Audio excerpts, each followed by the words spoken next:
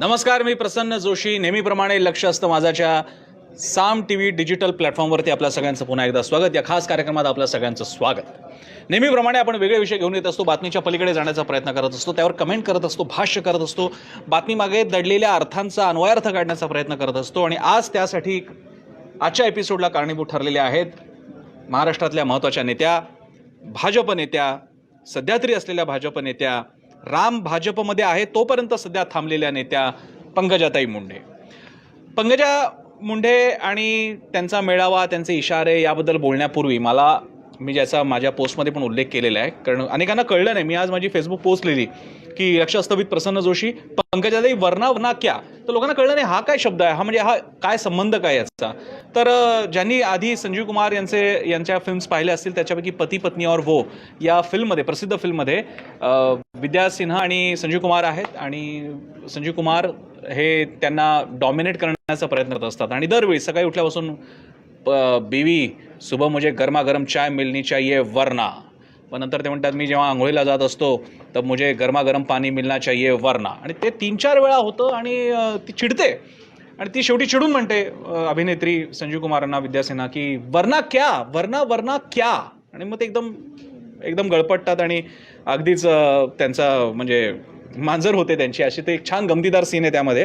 पण तो किस्सा फार यासाठी महत्त्वाचा आहे की भारतामध्ये असे अनेक नेते होऊन गेले आणि आता पंकजाताई सुद्धा आहेत की दरवेळी मेळावे होणार, दरवेळी भावनिक भाषण होणार, अप्रत्यक्ष टोमणे मारणं होणार, इशारे देणं होणार. म्हणजे उदाहरणार्थ आता मुंबईमध्ये नुकताच जो काही मेळावा झाला समर्थकांचा, ज्याच्यामध्ये त्यांनी बीडमधून ज्यांनी राजीनामे दिले त्यांचे राजीनामे नामंजूर केले त्यांनी, तिथे सुद्धा मग माझे नेते नरेंद्र मोदी आहेत, JP नड्डा आहेत, अमित शहा आहेत, त्यांनी देवेंद्र फडणवीसांचं नाव टाळलं. त्यामुळे बातम्या व्हायच्या त्या झाल्या की महाराष्ट्र नेतृत्वाशी त्यांचं काही फार सख्य नाही आहे. आणि त्यांनी जो काही इशारा द्यायचा तो दिला. आणि त्यांनी एक वाक्यसुद्धा असं म्हटलं होतं की जोपर्यंत राम आहे तोपर्यंत इकडे थांबू, नाही तर पुढचं आपण पुढे बघू. पण पंकजाताई, हा व्हिडिओ जर का माझा तुमच्यापर्यंत जाणार असेल आणि पंकजा मुंडे यांचे समर्थक सुद्धा व्हिडिओ बघत असतील तर या समर्थकांनी किमान या व्हिडिओच्या खाली किंवा मला खाजगी मेसेजेस करावेत फेसबुकवरती. मला इन्स्टंट म्हणजे मेसेजेसमध्ये सुद्धा देता येतात. तुम्ही खरंच समाधानी आहात, तुम्हाला खरंच हे नुसते मेळावे अटेंड करून कंटाळा तर आलेला नाही आहे ना. त्याचं कारण असे मेळावे यापूर्वी सुद्धा झाले होते. खडसे यांनी सुद्धा अशाच प्रकारच्या एका पंकजाताईंच्या उपस्थितीत असलेल्या मेळाव्यामध्ये खडसे आले होते. त्यांनी तेव्हा सुद्धा अशीच भरपूर टीका वगैरे केली होती. नंतर ते राष्ट्रवादी झालं, नंतर आणखी वेळ लागला, पण खडसेंनी काहीतरी कृती केली. हा व्हिडिओ पंकजा मुंडेने अशी काही कृती करावी हे सांगण्यासाठी नाही आहे, पण त्या ज्या काही कृती न करता फक्त इशारे देत आहेत, फक्त मेळावे देत आहेत, दरवेळी वातावरण इतक्या पातळीला चढवत न्यायचं की सगळा मीडिया त्यांच्याकडे लक्ष देऊ लागतो.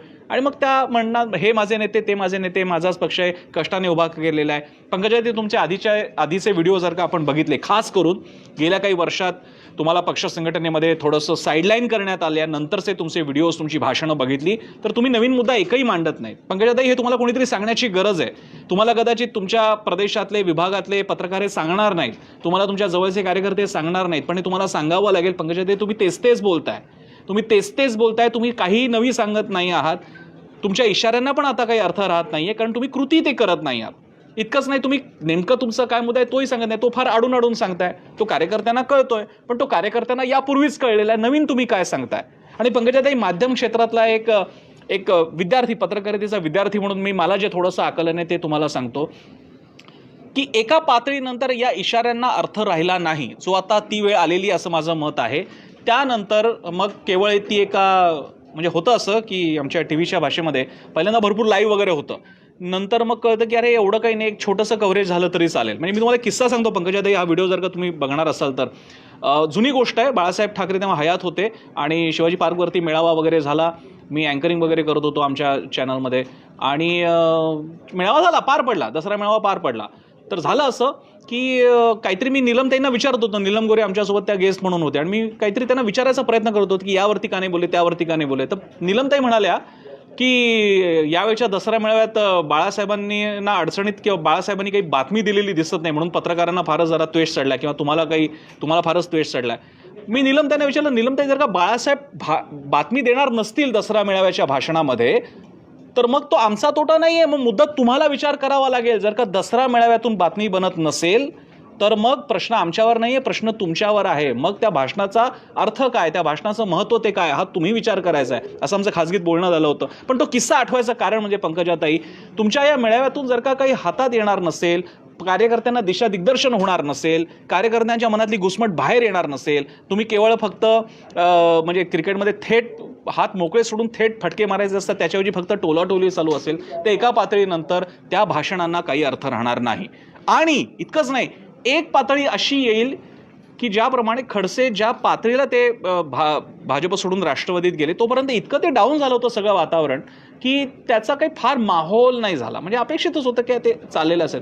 तो जो हिट अँड ऑ असा जो इंग्लिश एक आहे की तुम्ही हिट करता आणि एकदम सगळ्यांना आश्चर्यचकित करून टाकता, त्याचे एक अख्ख्या वेव्स बनतात. म्हणजे मला आठवतंय स्वर्गीय गोपीनाथजी मुंडे यांनी एक मधला असा काळ आला होता पंकजाताई, तुम्हाला सुद्धा माहिती आहे की त्यांनी इतर ठिकाणी नेत्यांच्या भेटीगाठी घेतल्या होत्या, विलासरावांची भेट घेतली होती, इतर ठिकाणी सुद्धा ते गेले होते आणि खूप मोठी चर्चा सुरू झाली. ती दिल्ली हादरून गेली होती. मी चुकत नसेल तर आडवाणींनी त्यांना भेटायला सुद्धा बोलावलं होतं.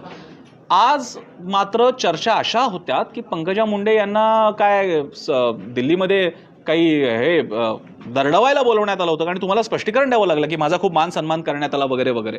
प्रश्न असा आहे की असं वातावरण का बनतंय, असं माहोल का बनतोय पंकजाताई, आणि याबद्दल तुम्ही काय करणार आहात? तुमचे कार्यकर्ते या व्हिडिओवरती कदाचित चिडतील, मला ट्रोल करतील, पण हरकत नाही. पण त्या कार्यकर्त्यांच्या मनातलं नाही आहे का? तुम्ही या व्हिडिओ झाल्यानंतर किंवा तुम्ही कार्यकर्ते असाल, हा व्हिडिओ बघणारे तुम्ही कार्यकर्ते असाल, तर तुम्ही स्वतःमध्ये तरी बोला, हे तुमच्या मनातलं नाही आहे का? काहीच निर्णय होत नाही आहे आणि मग इथेच राहायचं आहे. बरं, आणखी एक, आता हा पुढचा मुद्दा तुम्हाला थोडासा झोमणारा वाटेल समर्थकांनो, पण राजीनामे कोणी दिले? किती लोकांनी दिले राजीनामे? कोणत्या भागातले होते हे राजीनामे? हे राजीनामे प्रामुख्यानं बीडमधले होते. आता आपण गोपीनाथजी मुंडे, स्वर्गीय गोपीनाथराव मुंडे हे राष्ट्रीय नेते होते, ओबीसी नेते ही त्यांची एक ओळख झाली. ती काही तेवढीच ओळख नाही, ते राष्ट्रीय नेते होते, ते महाराष्ट्राचे नेते तर होते, राष्ट्रीय नेते होते.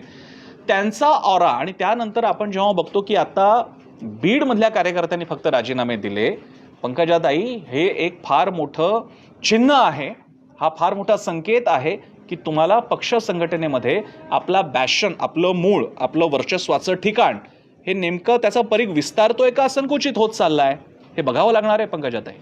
आणि याच्याकडे तुम्हाला कोणीतरी हे सांगावंच लागणार. इतर कोणी सांगत नसेल तर किमान ज्यांचं लक्ष त्यांनी तरी सांगावं लागेल. माझ्याकडनं मला जेवढं कळतं तेवढं मी तुम्हाला सांगायचा प्रयत्न करतोय. महाराष्ट्रात त्याची स्पंदनं का नाही उमटली पंकजाताई? महाराष्ट्रामध्ये जर का पंकजा मुंडे नाराज असतील तर ज्या प्रकारच्या वेव्स तयार झाल्या पाहिजे, ज्या काही वेळा झालेल्या आहेत, सुरुवातीला झालेल्या आहेत, त्या आता हळूहळू आकर्षत फक्त एक मुंबईला तो मेळावा तुम्ही घेतला म्हणून त्याची जरा बातमी वगैरे तरी झाली, सगळं झालं, पण फक्त बीडमधलेच कार्यकर्ते आणि सगळे राजीनामे देतात, त्याच्या पुढे काही त्याची स्पंदनं उमटत नाही, काही त्याचे प्रभाव जाणवत नाही. आणि म्हणूनच काल तुम्ही जर का साम टीव्ही बघितलं असेल तर आम्ही असं विचारलं, ना प्रभाव ना दबाव ना प्रभाव, कसा लागेल तुमचा निभाव? प्रभाव तो मर्यादित, तो पूर्ण ताकदीने दाखवता येत नाहीये. एकदाच तुम्ही ते उल्लेख केला होता, मनातली मुख्यमंत्री, पण नंतर काय झालं त्या इतिहास सगळ्यांच्या समोर आहे. एकदाच दाखवला होता. ना दबाव ना प्रभाव, मग कसा लागणार हा तुमचा निभाव? तुम्ही म्हणताय राम आहे तोपर्यंत थांबूयात, नाहीतर पुढचं पुढे बघू. पण मग आहे की नाही, नसायची सुरुवात झाली आहे का? आणि मग जर का तसं होणार असेल तर मग तुम्ही काय करणार आहात? याच्यात हा पण भाग आहे. म्हणजे पंकजाताई, तुम्ही तर राजकारणी आहेत, मी काही प्रोफेशनल राजकारणी नाही, पण वेळेचं महत्त्व हे मला आमच्या मीडियाच्यामुळे आणि तुम्हाला राजकारणामुळे लक्षात आलं असेल. अचूक वेळेचं महत्त्व ताडणं फार महत्त्वाचं ठरतं. ती वेळ टळून गेली की त्या इम्पॅक्टला धक्के कधी ते झाले आणि पुढे काय होऊन गेलं लक्षात सुद्धा येत नाही. कार्यकर्त्यांच्या मनात हे आहे. आणि मला कल्पना आहे तुम्ही कार्यकर्त्यांशी बोलत असताना, अगदी जवळचे कार्यकर्ते समर्थक यांच्याशी बोलत असताना तुम्ही सगळे मुद्दे मांडत असाल, तुम्ही सुद्धा विचारात घेत असाल. मी काही नवीन नाही सांगत, याची मला कल्पना आहे. पण होतं असं की मेळाव्यांवरती मेळावे होतात आणि त्या हेडलाईन्स येऊन कदाचित असा भ्रम तयार होऊ शकतो तुमच्या जवळच्यांचा, कदाचित तुमचा सुद्धा, की आपली अजून ताकद आहे, पण ताई हा ऑरा फार मर्यादित आहे, हा ऑरा आधी तुमचा असा नव्हता. तुम्हाला आठवत असेल पंकजाताई, एका कार्यक्रमासाठी मी आलो होतो आणि आपली भेटसुद्धा झाली होती, तेव्हा आपलं छान बोलणं झालं होतं आणि मला ते जाणवत होतं की औरंगाबादपासून परळीला येईपर्यंतचा मला जाणवत होतं की या किती स्पंदन आहेत मराठवाड्यात मला जाणवत आहेत पंकजा मुंडेंबद्दलची. आणि आज मात्र फक्त बीड जिल्ह्यातले पदाधिकारी राजीनामे देतात. मग ते तुम्ही सांगितल्यावर ते म्हणजे काय, तुम्ही ते खारीज करून टाकता, तुम्ही ते नाकारून टाकता. पण माझ्या मते हा फार मोठा संकेत आहे. तुम्हाला मी असं नाही म्हणत की तुम्ही काही निर्णय घ्या, मी कोण सांगणार आहे तुम्हाला की तुम्ही निर्णय घ्या किंवा नका घेऊ किंवा काही करा. पण मला जे कम्युनिकेशनचं महत्त्व जे मला कळतं, संवाद साधायची हातोटी, काय संदेश द्यायचा असतो आणि संदेश दिल्यानंतर त्याचं महत्त्व किती काळ असतं. एकच संदेश, मी ब्रह्मास्त्र वापरणार ब्रह्मास्त्र. मग तेच बघा CDEDचं काय झालं पंकजाताई.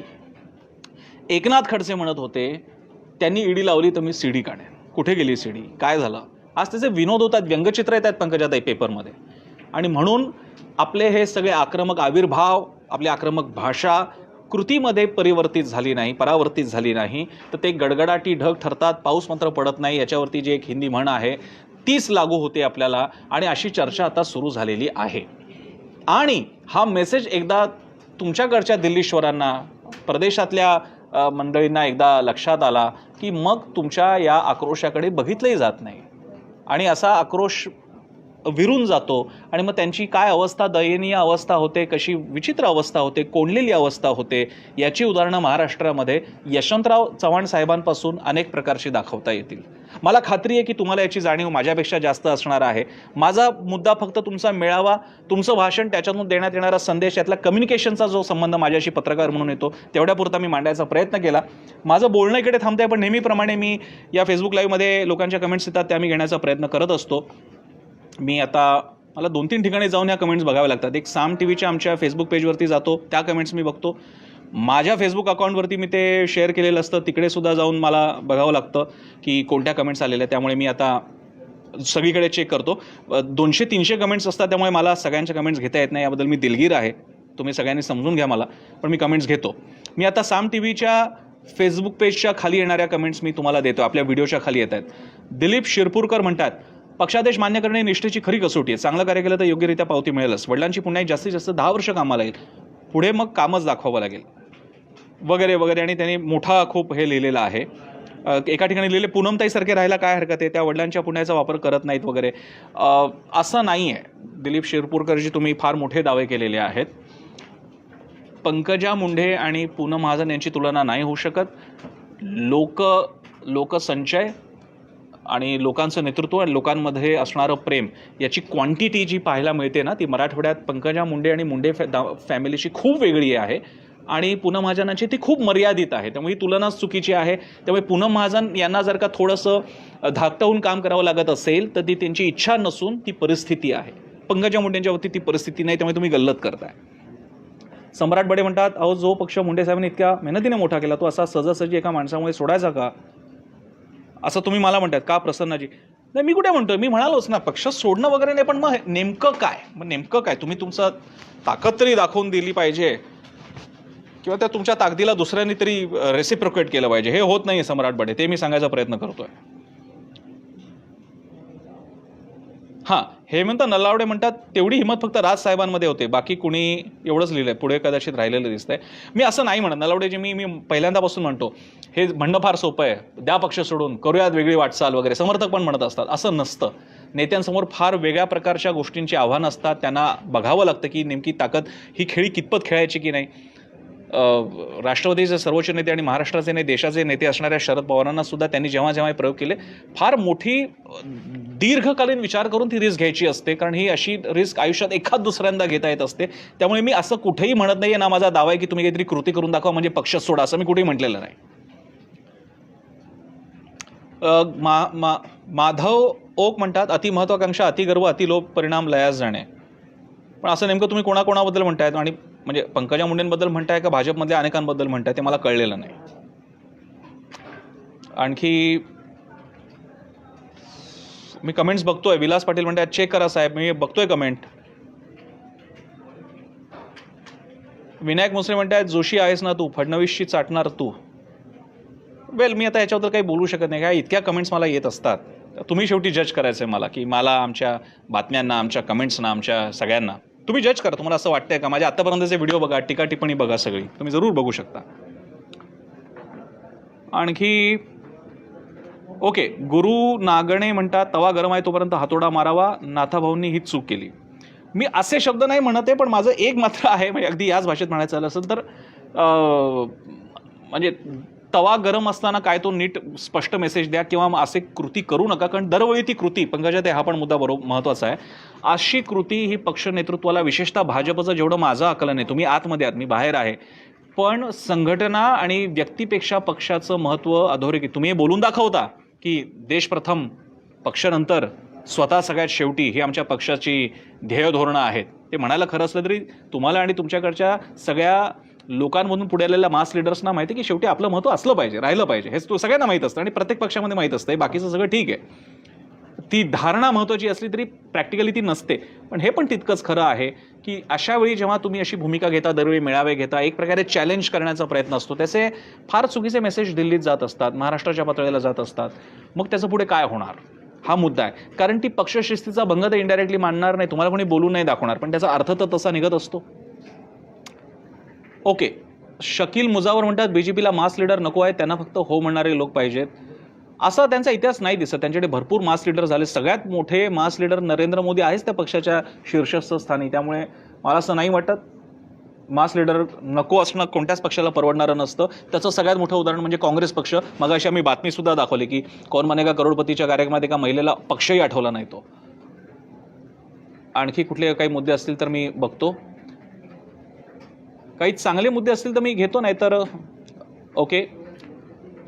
पंढरीनाथ आंधळे म्हणतात आदरणीय पंकजाताई सप्रेम नमस्कार. खरं तर आम्ही मागील 3 पिढ्यांपासून काँग्रेसचे कार्यकर्ते, परंतु कैलासवासी गोपीनाथ मुंडे साहेब या व्यक्तिमत्वाचं मला आकर्षण राहिलंय वगैरे वगैरे वगैरे. मुंडे साहेबांची आठवण आल्याशिवाय राहत नाही, हा संघर्षातून मिळालेला वारसा आहे. ओके, पण तुम्ही नेतृत्व सिद्ध केलं स्वतःच्या कर्तृत्वाने. ताई या राज्यातील सामान्य कार्यकर्त्याला तुमच्यात उद्याची जयललिता म्हणजे अम्मा ममता बॅनर्जी दीदी दिसते. महाराष्ट्राचा मुख्यमंत्री होण्यापासून कोणी रोखू शकत नाही वगैरे या भावना असणार समर्थकांच्या. पण ते प्रॅक्टिकली लक्षात आणणं, प्रत्यक्षात आणणं याच्यासाठी एक रिस्क पण घ्यावी लागते. पंकजाताई, तुमच्यासारख्या अनेकांना हा समोर पेस प्रसंग उभा राहिलेला आहे. नारायण राणेंसमोर राहिला, खडसेंसमोर राहिला, गोपीनाथ मुंडेंसमोर काही काळ राहिला होता, शरद पवारांसमोर सुद्धा राहिला, राज ठाकरेंसमोर आजही आहे. पण ज्याची त्याला उत्तरं शोधावी लागतात यातून. सो मी इकडची साममधली कमेंट्स घेतलेल्या आहेत मॅक्झिमम. मी थोडंसं माझ्या फेसबुकच्या ह्याच्यामध्ये सुद्धा कमेंट्स येतात त्या घेण्याचा प्रयत्न करतो. एक थोड्याशा कमेंट्स घ्याव्यात आणि आपण थांबावं नंतर. ओके, मी आता इथल्या कमेंट्स घेतोय. सुभाष गडिया म्हणतात ईडी आणि सीबीआयचा धाक आहे तोपर्यंत वरना कुछ नाही. अशी भावना लोकांमध्ये होत असेल तर विचार करा पक्षाबद्दलचं काय लोकांचं इम्प्रेशन आहे. अस्मिता मकरंद म्हणतात भाजपा घराणेशाही मानत नाही म्हणून फक्त वारसदार असून चालणार नाही, काम पण खणखणीत असावं. मी जसं म्हणालो तसं की हे वाक्य असं आकर्षक वगैरे वाटत असलं तरी सुद्धा मग काम म्हणजे नेमकं काय? जनसंपर्क, लोकांमधून आलेल्या व्यक्तीचे कष्ट आणि नियुक्त करण्यात आलेली व्यक्ती याच्यात फरक करायचा की नाही, हे प्रश्न विचारावे लागतील आपल्याला. चेतन कोळी म्हणतात गोपीनाथरावांची सर ताईंना अजून आलेली नाही, येणेही कठीण दिसते. धनंजय मुंडे यांनी ज्या प्रकारे घरोघरी आपला संपर्क ठेवून बीड, परळी, वैजनाथमध्ये आपला मोठा वर्ग उभा केला, त्याला या ताई मुळीच टक्कर देऊ शकणार नाहीत. त्यात फडणवीस यांच्या मुळावरच सुटले आहेत. पडद्यामागे मुंडे फडणवीस घट्ट मित्र आहेत, जनतेच्या मनातील मुख्यमंत्री बीजेपी आणि धनुभाऊ मिळून संपवणार हे नक्की वगैरे वगैरे. काही प्रमाणात ह्या कमेंट्स माझ्याकडे आलेल्या आहेत. पंकजा मुंडे समर्थक तुम्ही हा व्हिडिओ बघत असाल किंवा पंकजाताई तुम्ही बघत असाल तर या कमेंट्स आहेत अशा की तुमचा संपर्क कमी पडतोय, तुम्ही थोड्याशा वेगळ्या पडल्याचा एक फील येतोय. आधीचा जसा रीच असायचा कार्यकर्त्यांपर्यंतचा तो कमी झालेला आहे. आणि धनंजय मुंडे यांचा विजय हे आता हे म्हटलं जातं की भाजपनं छुपी मदत केली वगैरे वगैरे, पण त्याच्या पलीकडे त्यांचा रीच जास्त होता असा जसे खरेच इनपुट्स होते. म्हणजे हा मुद्दा चेतन कोळी म्हणताय तो अगदीच नाकारण्यासारखा नाही आहे पंकजाताई. त्यामुळे तुमच्या काही खऱ्या हितचिंतकांनी तुम्हाला याबद्दल सांगितलं पाहिजे की आपण कुठे कमी पडतोय का. ओके, बापू शांतारा म्हणतायत मी काल पण सांगितले होते, आज पण सांगते, उद्या पण. ओके, मुंडे परिवाराचा असाच अपमान आणि खच्चीकरण होत राहिले तर 2024ला हिसका दाखवतील.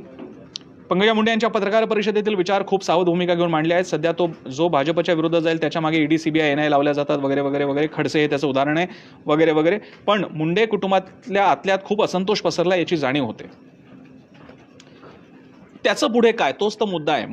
मग नुसते मेळावे म्हणजे प्रेशर कुकरची शिट्टी आहे का? तात्पुरता फक्त वाफ बाहेर आली, जरा प्रेशर कमी झालं, पुन्हा एकदा कुकर आहे तसाच आचेवरती असंच राहणार आहे का?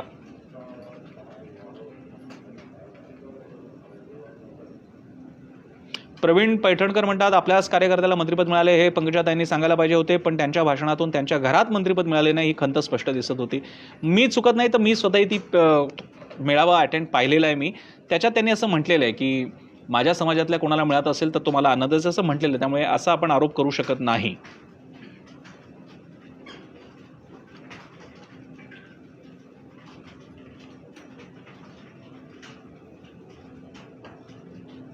महेश केदार म्हणतात पंकजा मुंडेंना एकतर मोरबी राजकारणी पक्षांतर्गत विरोधक संपवावे लागतील किंवा पक्ष सोडावा लागेल, तिसरा पर्याय असेल तर तुम्ही सांगा.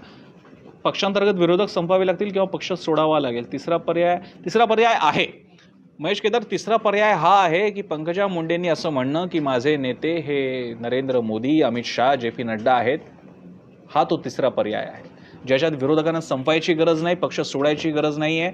पण जर का केंद्रीय पाठबळ त्यांना मिळू शकलं कोणत्याही वेगळ्या राजकीय अवकाशात, परिस्थितीमध्ये, समीकरणामध्ये, तर फासे पालटू शकतात. त्यामुळे पण ही शक्यता कुठे आपल्या हातात आहे, ती भाजपच्या हातात आहे.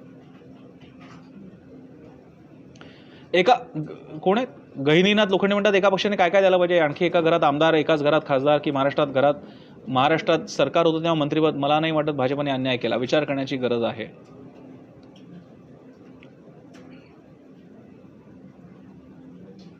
ओके,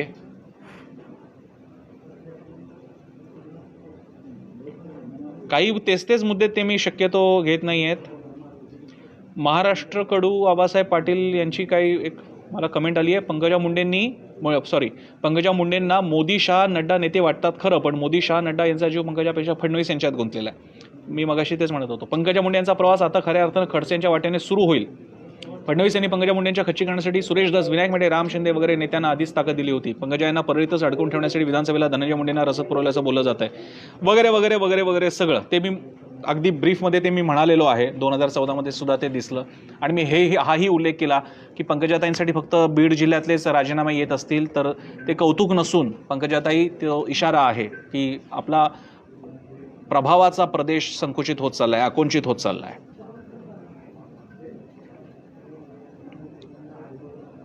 विरज काणेकर म्हणतात पंकजाताईंना जाणीव आहे की त्यांना भाजप सोडून दुसरा मार्ग सध्या नाही, संताप दाखवून मग शांत बसणं आता नित्याचं झालंय.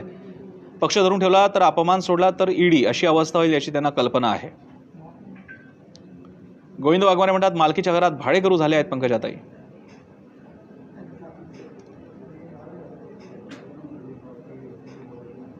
ठीक आहे, आय गेस मोस्टली तेच मुद्दे वेगवेगळ्या शब्दात येत आहेत. काही कमेंट्स अशा पण आहेत की लोकांमधून आलेल्या मास लीडर्सना खच्चीकरण करण्याचा प्रयत्न सगळ्याच पक्षात होतो का. काही प्रमाणात हे एक निरीक्षण बघायला मिळालेलं आहे. हे खरं आहे, काँग्रेसने हे केलं होतं आणि त्याबद्दल त्यावेळी भाजपनं सुद्धा काँग्रेसवर टीका केली की काँग्रेसने लोकांमधून आलेल्या प्रादेशिक नेत्यांचं खच्चीकरण केलं आणि म्हणूनच काँग्रेसमधून म्हणजे महाराष्ट्रात जसे की शरद पवार, पश्चिम बंगालमध्ये ममता बॅनर्जी या काँग्रेसच्याच होत्या आणि अन्य नेते ही बाहेर पडली. आज सुद्धा पंजाबमध्ये स्थिती अशी आहे की कॅप्टन अमरिंदर सिंग भाजप तरी जॉईन करतील किंवा त्यांच्यावरती जो काही सिद्धूला आणून ठेवा, त्यांना ताटकळत ठेवा मीटिंगसाठी वगैरे किस्से घडतात. त्यावेळी हे वाटतं. प्रश्न असा आहे की हे संस्कृती भाजपमध्ये सुद्धा शिरली आहे का, की त्या प्रदेशांमधल्या लोकप्रिय नेत्यांना बाजूला करून अन्य नेत्यांना वाव देण्याचा हा नेमका वेगळा पॅटर्न, काँग्रेसीस पॅटर्न परत रिपीट होतोय का. पण त्याच्यामागे गणितं पण असतात, त्याची गणितं सुद्धा ती ठरलेली आहेत. कारण असे नेते जर का वरचढ झाले तर ते पक्ष संघटना आणि प्रादेशिक पक्षाचं राजकारण त्या पक्षाच्या हातातून सोडून टाकतात आणि म्हणून पक्षाला ती काळजी घ्यावी लागते. पण मग प्रश्न असा आहे की मग पार्टी विथ डिफरन्स काय राहिलं. पण ठीक आहे, हा पुन्हा पक्षांतर्गत पार्ट आहे.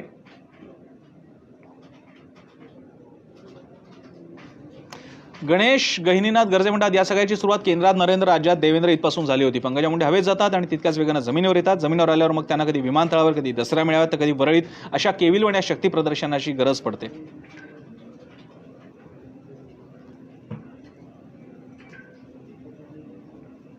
पुढील लोकसभा विधानसभेमध्ये आता सुरेश धसांचं आव्हान त्यांना आहे, परिस्थिती आणखी बिकट करतील वगैरे. आय गेस हे त्यांनाही माहीत असणार. हे पंकजा मुंडेंना सगळं माहिती आहे, ते काही मी काही नवीन नाही सांगत आहे. पण मग ह्याचा परिणाम काय, म्हणजे 2024 पर्यंत जनाधार संकुचित होऊन नेमकं किती राहणार आहे, मग पुढे अस्तित्व कसं राहणार आहे, हा तो अस्तित्वाच्या प्रश्नासाठीच तर मी हा व्हिडिओ केलेला आहे. भरपूर कमेंट्स आहेत, मला सगळ्या नाही घेता येणार, नाही तर त्याला खूप वेळ लागेल. काही जणांनी म्हटलंय 2024 फायनल, रवींद्र केंगार असं म्हणतात. कदाचित शक्य आहे, कदाचित तुमचं म्हणणं बरोबर आहे. 2024 पर्यंत बघावं लागेल की पंकजा मुंडे काही निर्णय घेत आहेत का, भाजपमध्येच काही होईल का. पण असं अनेकदा झालेलं आहे. भारताच्या राजकारणाचा हा इतिहास आहे की अक्षरशः वानप्रस्थाश्रमात गेलेल्या, ऑलमोस्ट तशाच प्रकारे राजकारणातून बाहेर गेलेल्या नरसिंह राव यांना बोलवून घेतलं जातं आणि ते मंत्री होतात. आणि असं अनेकांच्या बाबतीत झालेलं आहे की ते पुन्हा एकदा राजकारणाच्या मुख्य प्रवाहात आलेले आहेत. म्हणता म्हणता ज्यांचं वाटलं की आता केले, त्यांचं करिअर संपलं, ते आता मागे गेले ते पूर्ण फोरफ्रंटला आलेली आहे. त्यामुळे असं होऊ शकतं.